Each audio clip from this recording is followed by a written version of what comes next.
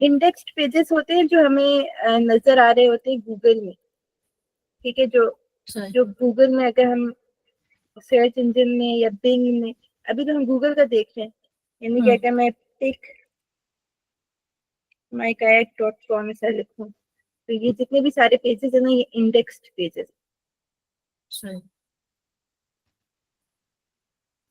जो pages not indexed होते हैं उनका जितना मर्जी कीवर्ड आप यहाँ पे सर्च कर लें, वो आपको किसी भी पेज पे नजर नहीं आएगा, ठीक है। सही। तो हमने इंडेक्स तो सारे पेजेस कराने होते हैं अपनी वेबसाइट के, जो भी इम्पोर्टेंट पेजेस हैं। तो ये हम कैसे डिसाइड करते हैं कि कौन से पेजेस इंडेक्स होंगे कौन से नहीं, वो robots.txt फाइल से हम करते हैं। अच्छा। तो robots.txt फाइल हमारी वेबसाइट के अंदर भी होती है। हम ये वाला पेज, यानी कि डिफरेंट प्लगइन्स, इसके ऊपर हम आहिस्ता आहिस्ता आएंगे, लेकिन बेसिकली ओवरव्यू देने के लिए robots.txt एक फाइल होती है जो हम गूगल में अपनी वेबसाइट के साथ सबमिट करते हैं। तो उसमें मेंशन्ड होता है किस तरह के पेजेस को इंडेक्स करना है, किस तरह के नहीं करना।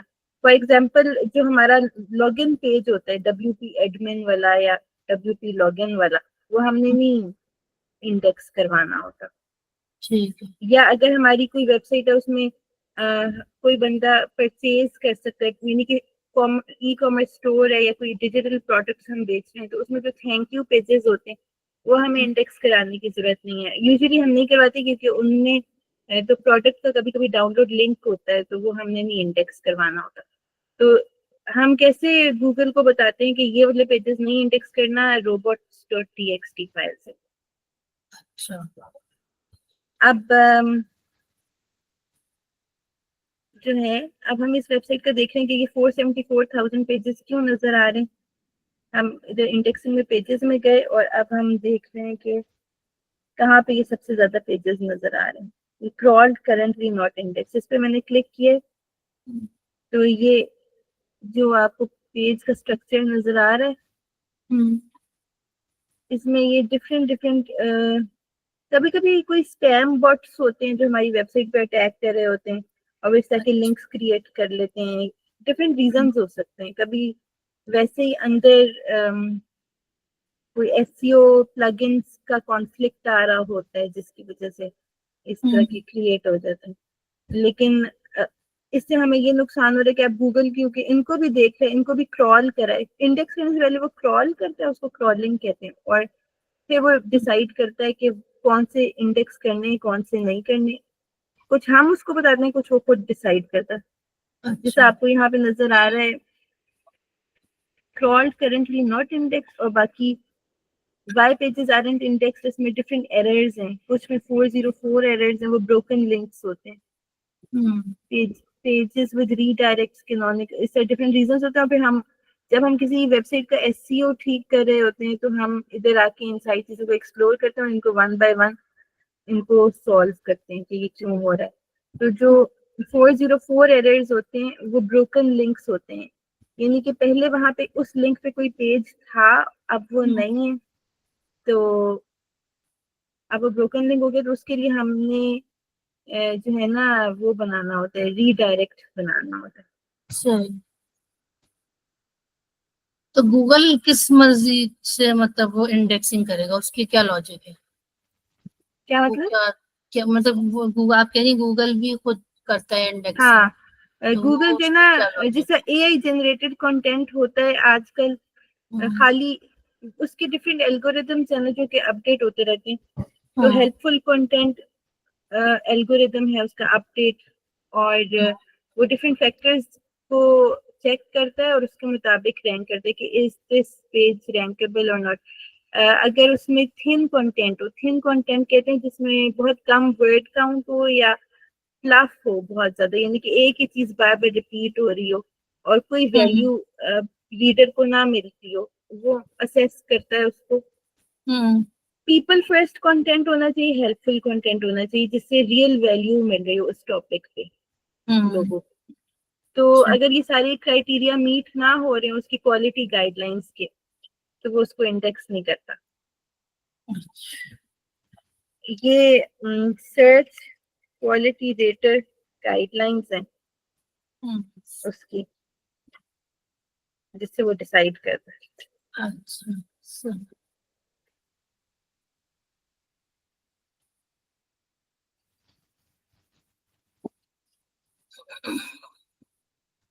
यहाँ से इसको डाउनलोड करके देख लो। अच्छा,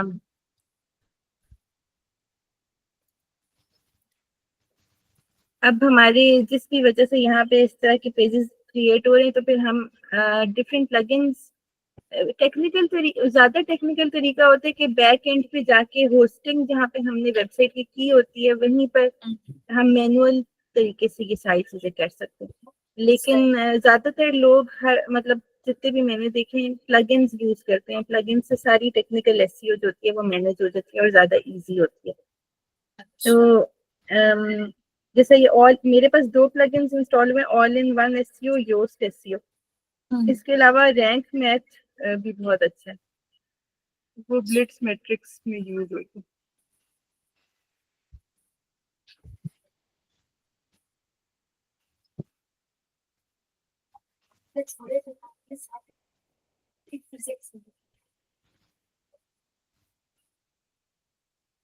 इनके पास ये रैंक मैथ एसईओ, इसमें भी वही सारी चीजें। ठीक है, इसमें 404 मॉनिटर है जिससे हमें ब्रोकन लिंक्स का पता चलता है।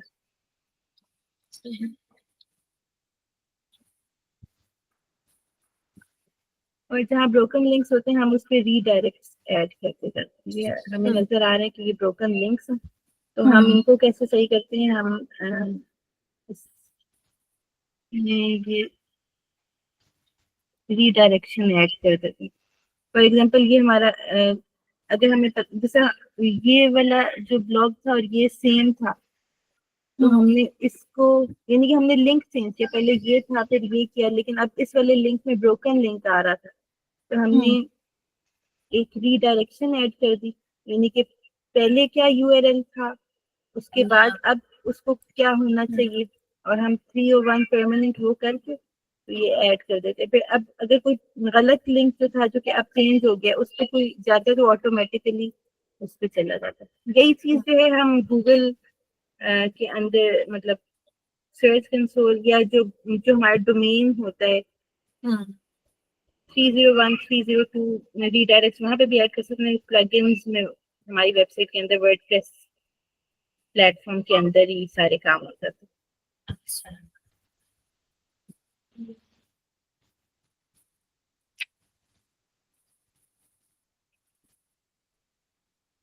तो हम ये चीजें से गो थ्रू करें, लेकिन ये क्योंकि जरा कॉम्प्लिकेटेड होती है, कर करके हर चीज आती है, तो बंदा इन चीजों को साथ साथ देखता रहता है। यानी कि एक दफा नजर से गुजरी भी हो तो कर सकते हैं।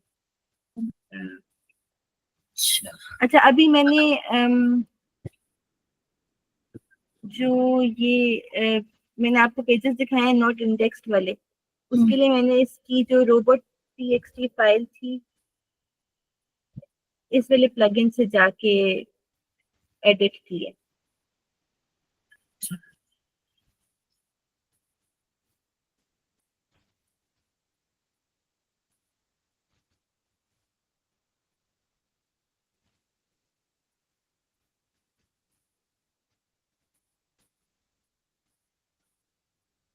इसमें मैंने ये वाले सारे जो है ना डिस अलाउ ऐड की।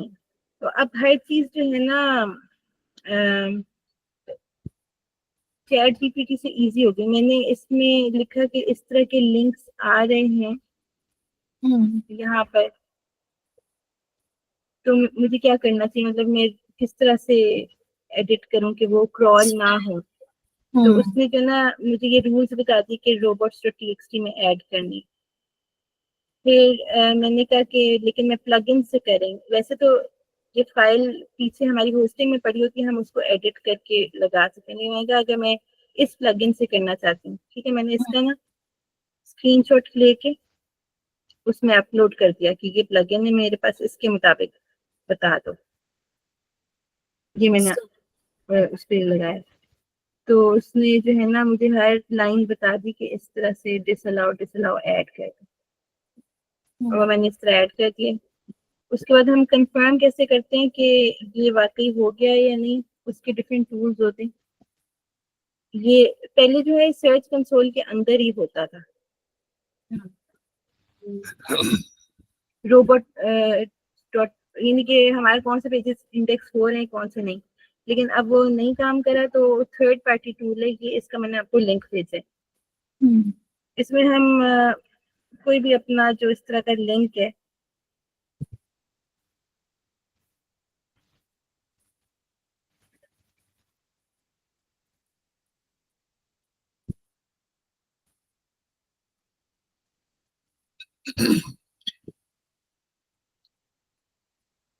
इसमें एंटर करते हैं कि गूगल बॉट जब इसको क्रॉल करेगा तो उसको वो क्रॉल कर सकेगा कि नहीं।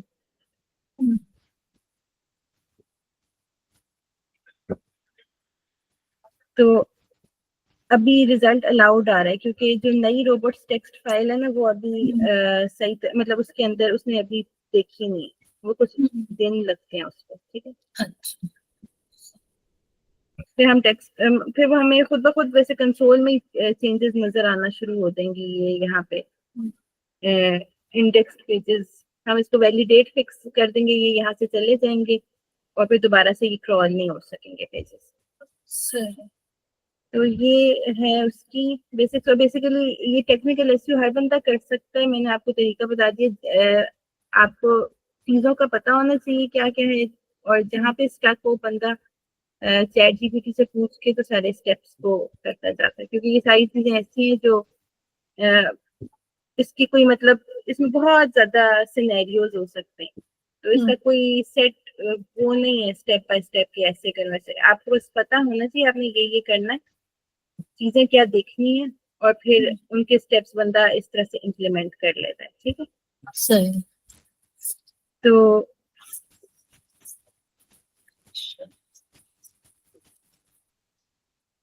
नो इंडेक्स का यही मतलब होता है जो मैंने बताया कि जो अभी हमने इसमें डिसअलाउ कर दिया वो नो इंडेक्स है। ठीक है, जिन चीजों को हमने इंडेक्स नहीं होने देना। साइट मैप का आपको पता है, साइट मैप हम जो है ये जो डिफरेंट टूल्स होते हैं उनसे हम जनरेट करा सकते हैं। अच्छा। और हमने साइट मैप को सबमिट करना होता है हर वेबसाइट का। जैसा जनरेट साइट मैप एक हुआ वह होता है,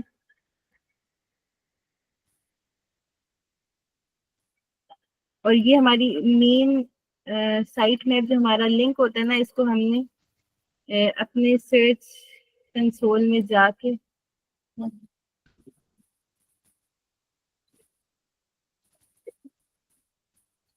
यहाँ पे सबमिट करना होता है।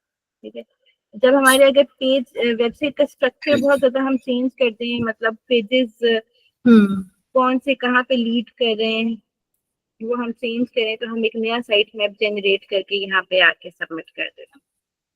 सही।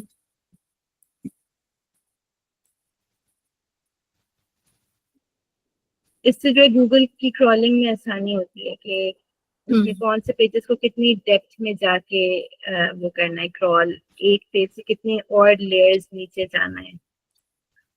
ये बात समझ आ रही? हाँ।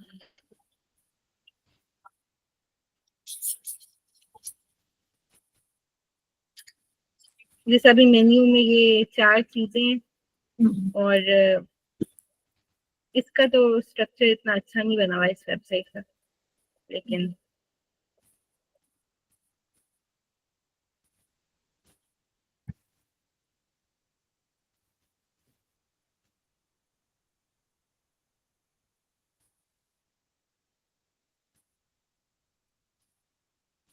जब जो टेक्निकल एसईओ से रिलेटेड जो चीज ऑडिट में जो हम एसईओ ऑडिट करते हैं तो बहुत ज्यादा इम्पोर्टेंट होती है एक स्कीमा और एक पेज स्पीड।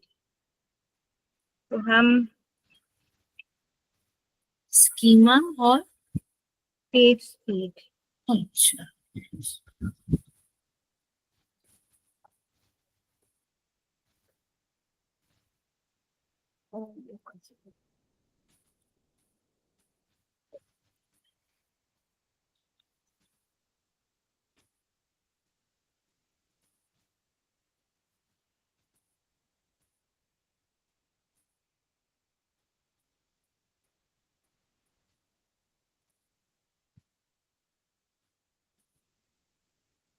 और मोबाइल रिस्पॉन्सिवनेस भी बहुत इम्पोर्टेंट है, क्योंकि जो 60% ट्रैफिक होती है आजकल वो जो मोबाइल डिवाइसेस होती है, टैबलेट्स, उनसे आती है। सही। तो मोबाइल रिस्पॉन्सिवनेस में ऐसा होता है।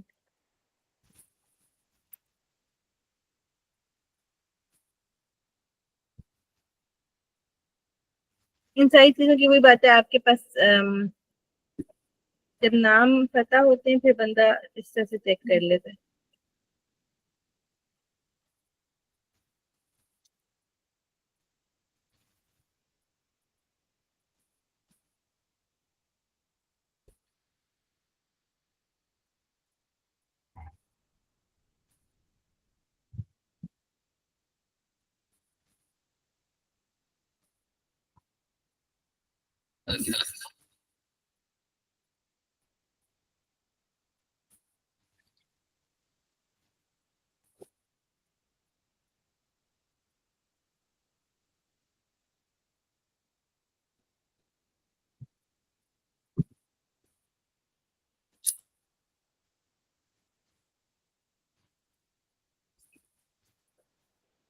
ये डिफरेंट डिवाइसेस में नजर आ रहा है, ठीक है। अब एप्पल आईपैड प्रो में ये वाला पेज ऐसे नजर आ रहा है कि इसमें बस एक एक वर्ड, एक एक यानी कि इसको हम मोबाइल रिस्पॉन्सिव नहीं कह सकते, ठीक है, क्योंकि पढ़ना बहुत मुश्किल है। इस तरह आपको नजर आएगा एक एक वर्ड फोन में, अगर आप ये पेज खोल के देखें, और ये लिंक्स ऊपर नीचे हो गए हैं सारे, तो ये यूजर फ्रेंडली नहीं है, ठीक है। तो इससे जो है हमारा टेक्निकल एसईओ स्कोर नीचे जाता है। और अब ये दूसरा पेज है,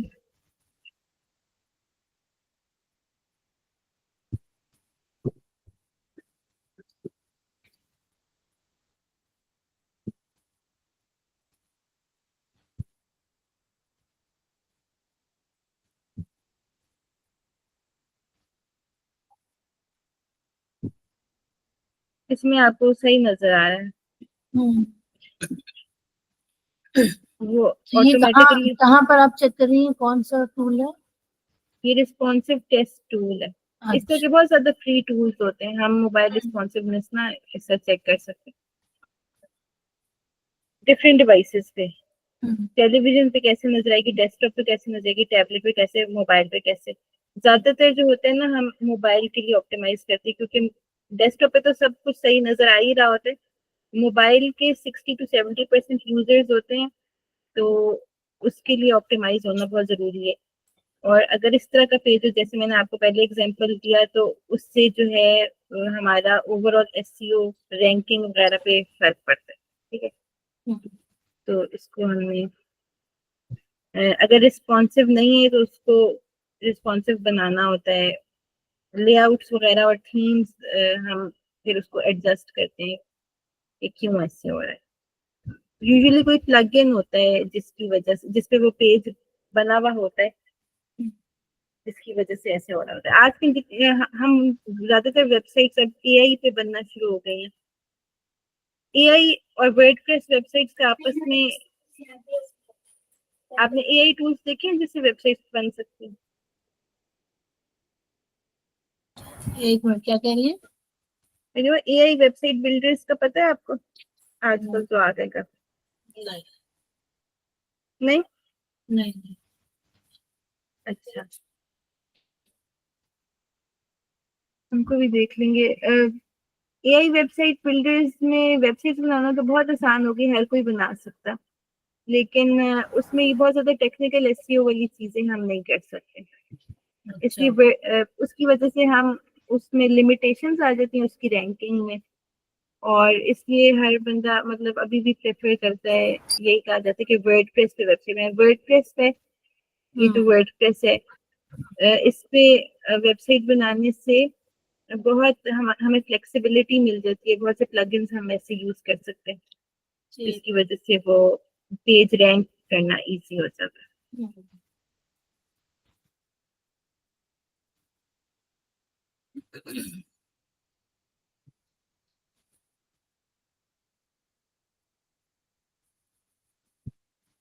अच्छा, हम पेज स्पीड देख रहे थे।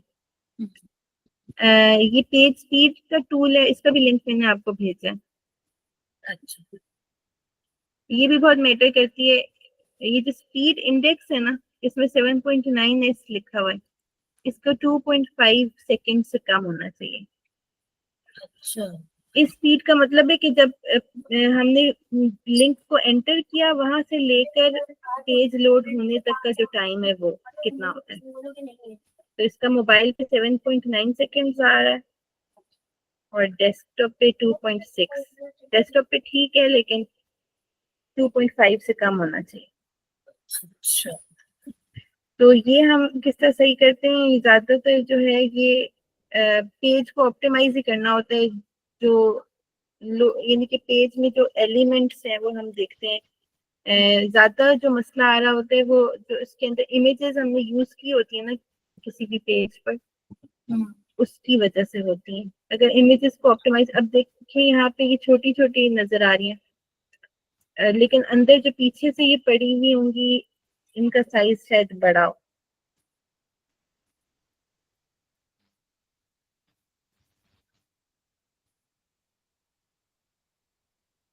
ये बड़ा है, कभी कभी इससे भी ज्यादा बड़ा होता है, ठीक है।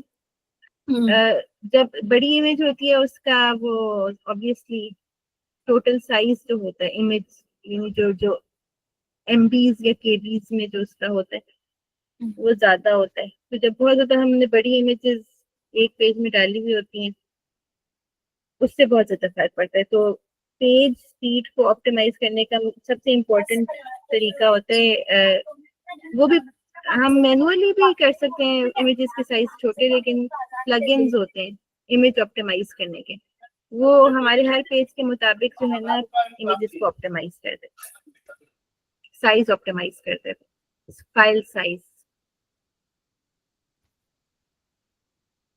ठीक है।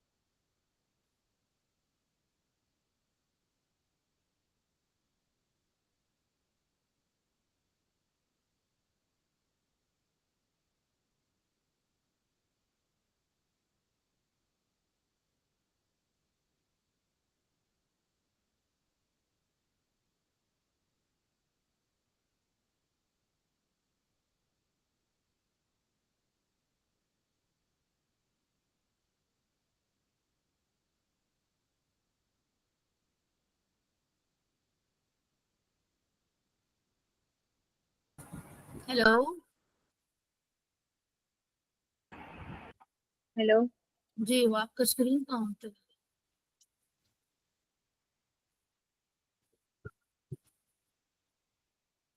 हम्म, हम्म,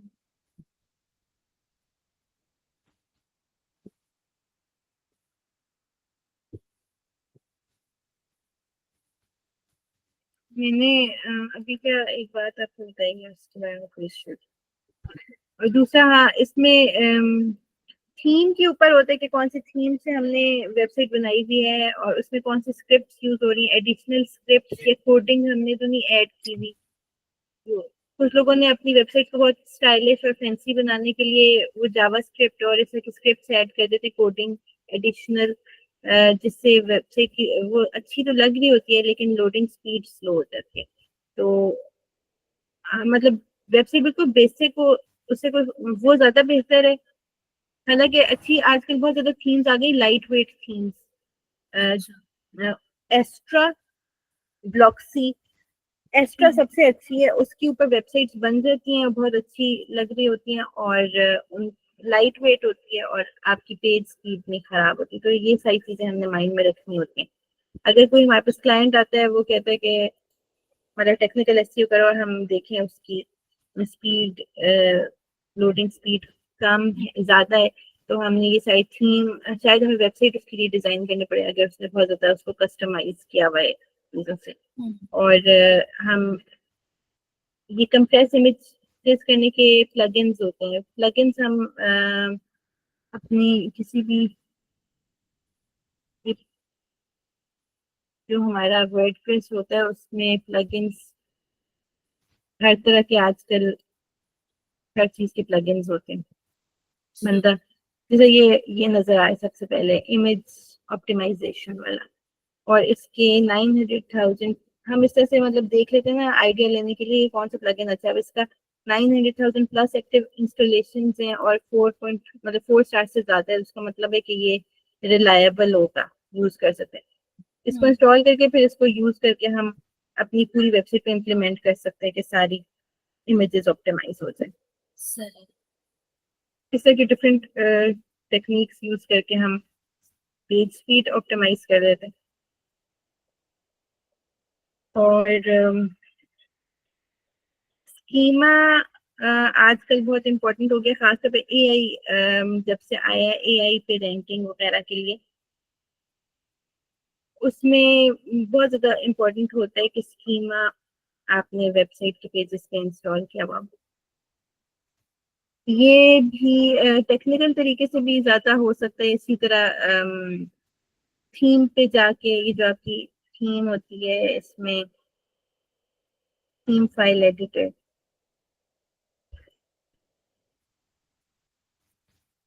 वहां पे हम जाके मैनुअली भी कोड ऐड कर सकते हैं डिफरेंट पेजेस के अंदर। लेकिन हम जो ब्लिट्स मैट्रिक्स में यूज करते हैं वो तरीका है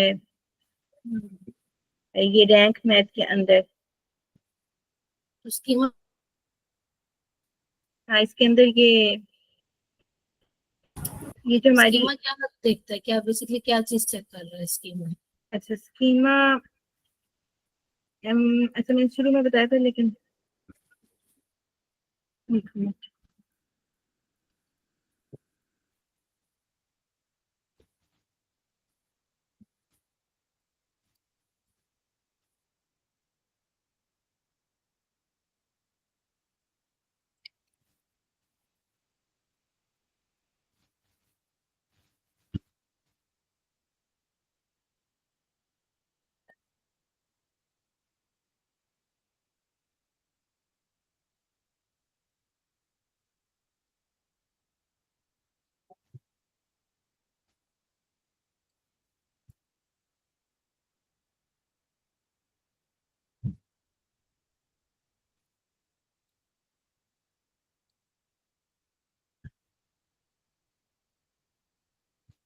ये नजर आ रहा है? जी आ रहा है।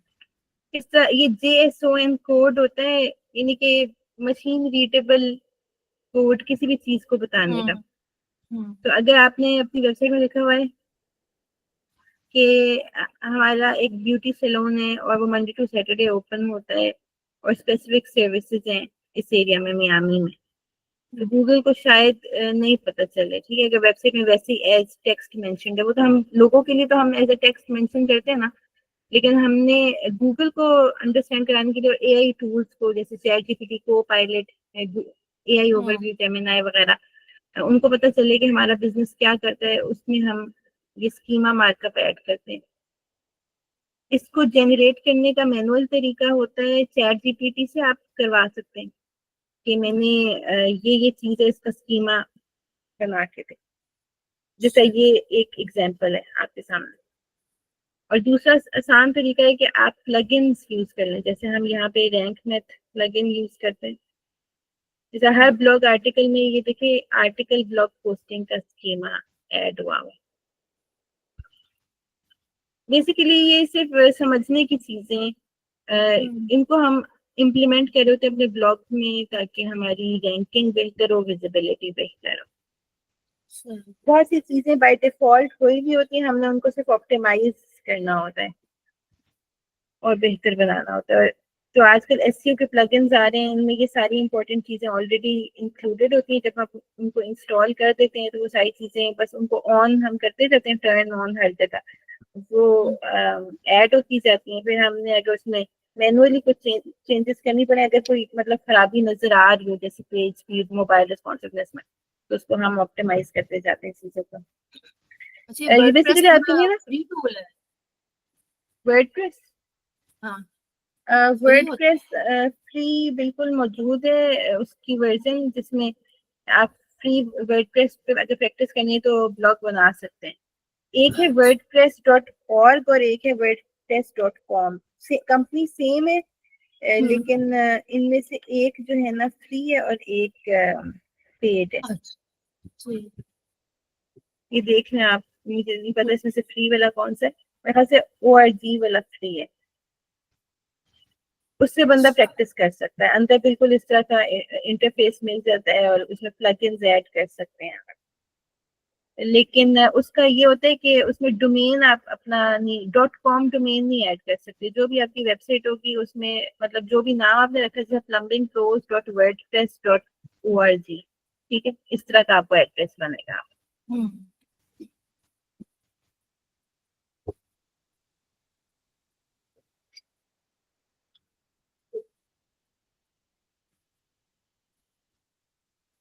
ये कॉन्सेप्ट के लिए ये सारी चीजें बैकग्राउंड इंफॉर्मेशन अगर कभी बंदे को करना पड़े तो जैसा मैंने आपको दिखा रही हूँ, साथ साथ ChatGPT से गूगल वगैरह से करके बंदा करता जाता है चीजों को। प्लगइन्स आपको पता होने चाहिए ऑन पे, मतलब टेक्निकल एसईओ के लिए रैंक मैथ अच्छा है।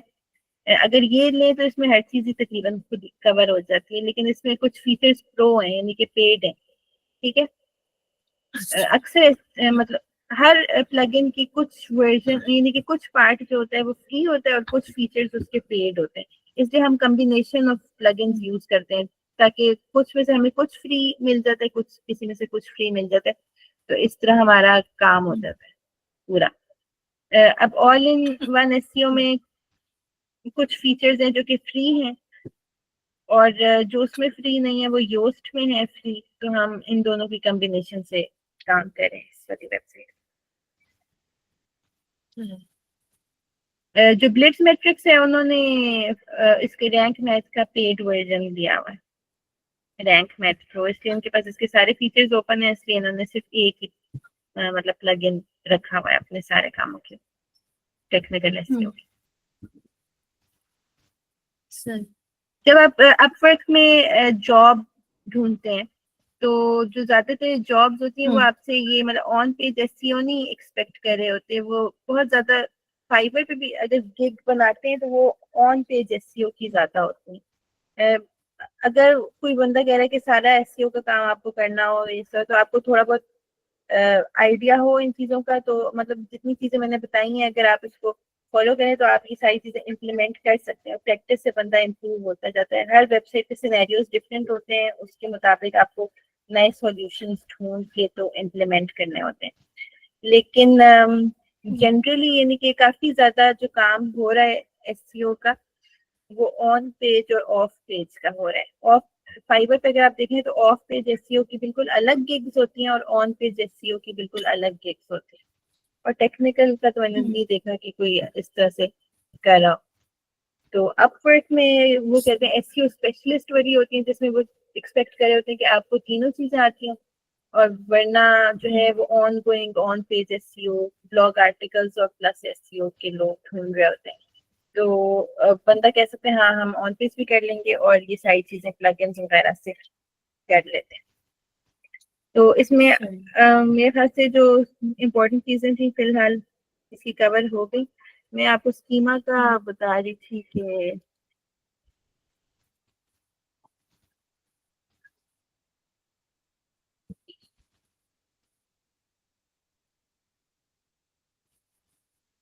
अभी हमारे पास ये ब्लॉग पोस्ट वाला डैशबोर्ड खुला हुआ है, तो हम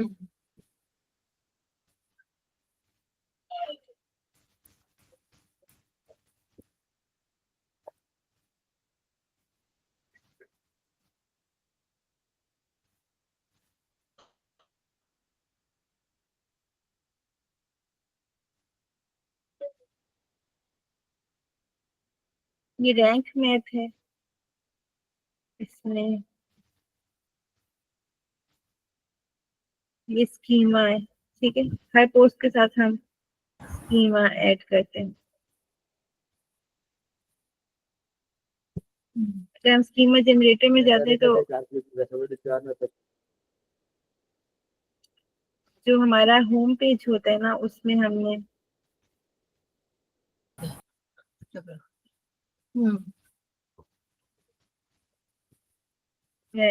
लोकल यानी कि सर्विस जो स्कीमा होता है, और ये FAQ स्कीमा वगैरह इम्प्लीमेंट करना होता है। अगर हमने जब हम ऑडिट करेंगे तो हम देखेंगे कि कौन सी पेजेस पर ये है इम्प्लीमेंट हुआ हुआ, तो उसके लिए डिफरेंट प्लगइन्स, एक्सटेंशंस, टूल्स होते हैं।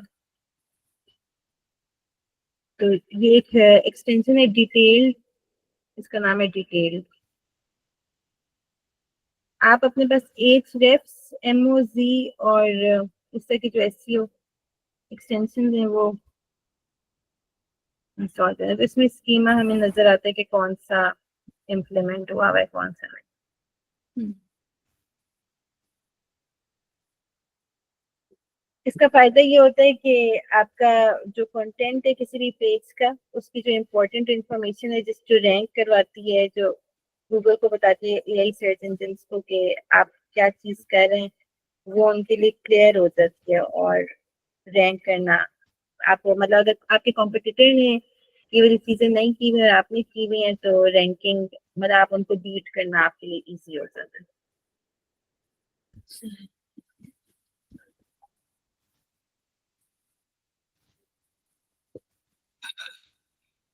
अच्छा, अब आप अपने कोई क्वेश्चंस वगैरह इससे रिलेटेड?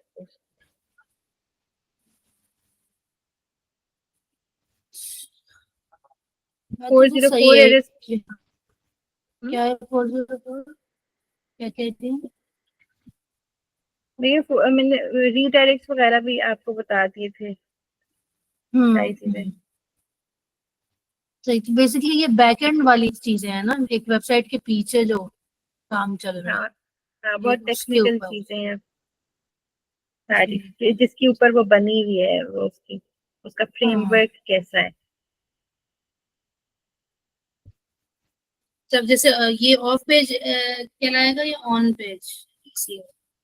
नहीं, इसको टेक्निकल कहते हैं। तीन अच्छा, तरह ये के होते हैं ना, ठीक। ऑन पेज, ऑफ पेज और हम्म, टेक्निकल। ठीक। तो जो ज्यादातर जॉब्स होती है ना, वो ऑन पेज SEO की होती है, ठीक है। वो सबसे इम्पोर्टेंट होता है। ये हम्म, इसके इसके अपने फायदे हैं, लेकिन ये बस टेक्निकल बात है। टेक्निकल काम है, टेक्निकल बस। लेकिन अगर आप अपने आप को as a complete SEO package आपने किसी को देना है, तो आपको इन हम्म, चीजों की पता होना चाहिए, ये होता क्या क्या। हम्म, उसके बाद बंदा ये कर सकता है, इसमें कोई ऐसा मसला नहीं, बस ठीक। टेक्निकल चीजें हैं थोड़ी सी।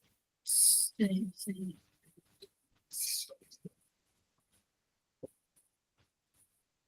मैं तो मैं चलो, मैं वो बनाऊंगी, इसके फेवर की केक बनाऊंगी, फिर आपको दिखाऊंगी, इसको आप चेक कर लीजिए। हाँ, अभी तक आपने नहीं बनाई। नहीं, अभी नहीं। आप इसका कह सकते हैं ना, जो उसके फर्स्ट पेज में रैंक कर रही है ना ऑलरेडी, उनसे आइडियाज लेके कि उन्हें कैसे लिखा हुआ है, फिर ठीक है। उससे थोड़ा सा इम्प्रूव करके लिखी, हम्म, मतलब वो फिर हम इम्प्रूव करते रहेंगे। पहले आप एक अपनी बेसिक जो भी है वो बना ले, फिर मैं उसको आपको मजीद उसको स्टैंड आउट कैसे करवाना है वो बता। ठीक है। सही। अच्छा, मैंने अपवर्क में भी अकाउंट बनाया था और वो भी काफी जगह उसमें अप्लाई किया, लेकिन वहां से मुझे कभी भी कोई रिस्पॉन्स मिला नहीं। और अब अच्छा, तो शायद से पहले क्या था? फॉर्मेट भी काफी चेंज हो गया। हाँ, अब उसमें वो कनेक्ट वगैरह होता है ना, पेड हाँ, फ्री करना तो वो मुश्किल हो पेड गया हो है गया। जी जी, पेड कर दिया उसमें। उन्होंने सब। जब मैंने अपना गैप लिया हुआ था ना, मतलब हम्म, फ्रीलैंसिंग से 2019, 20, हम्म, 21 में मैंने बिल्कुल कुछ भी नहीं किया। तो अच्छा। उस वक्त मेरे भी, जब मैं 22 में मैंने दोबारा से स्टार्ट करने की कोशिश की थी, तो मुझे भी कोई रिस्पॉन्स नहीं आता था, हम्म, 23 में भी।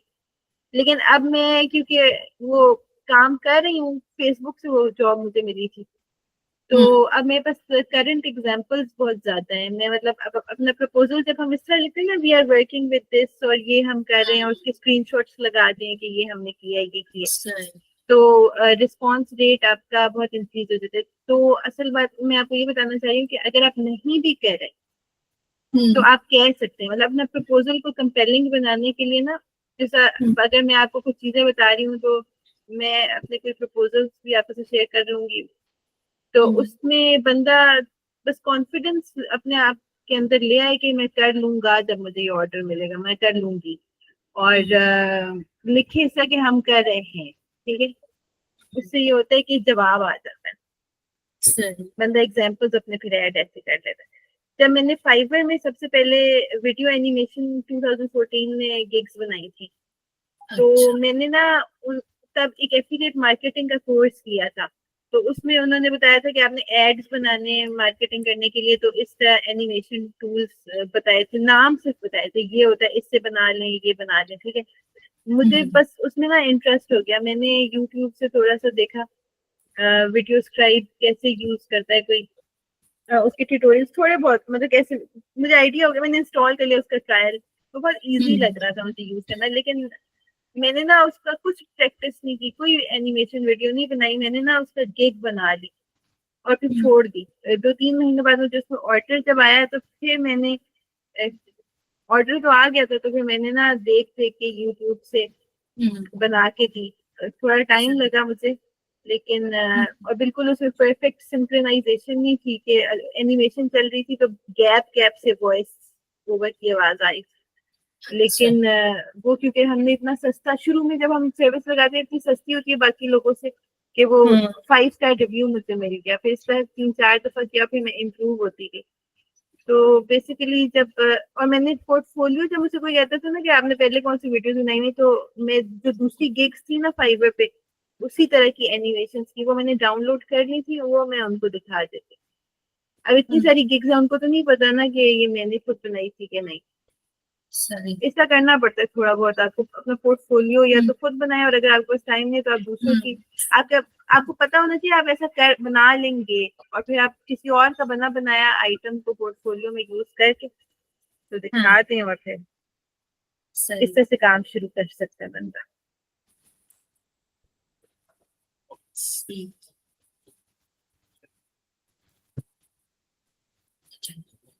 फिर अगली दफा हम ऐसी ऑडिट कर लेंगे मेरे ख्याल से, ठीक क्योंकि ऑन पेज तो हमने काफी ज्यादा डिस्कस कर लिया ना।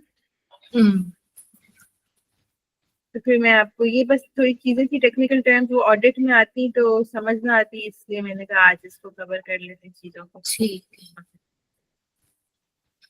ठीक है। सही। सही है। ठीक। और कुछ नहीं पूछा आपने? नहीं, फिलहाल तो नहीं। चलिए मैं ठीक फिर है, से गो थ्रू कर लूंगी, अगर कोई क्वेश्चन होगा तो फिर। सही।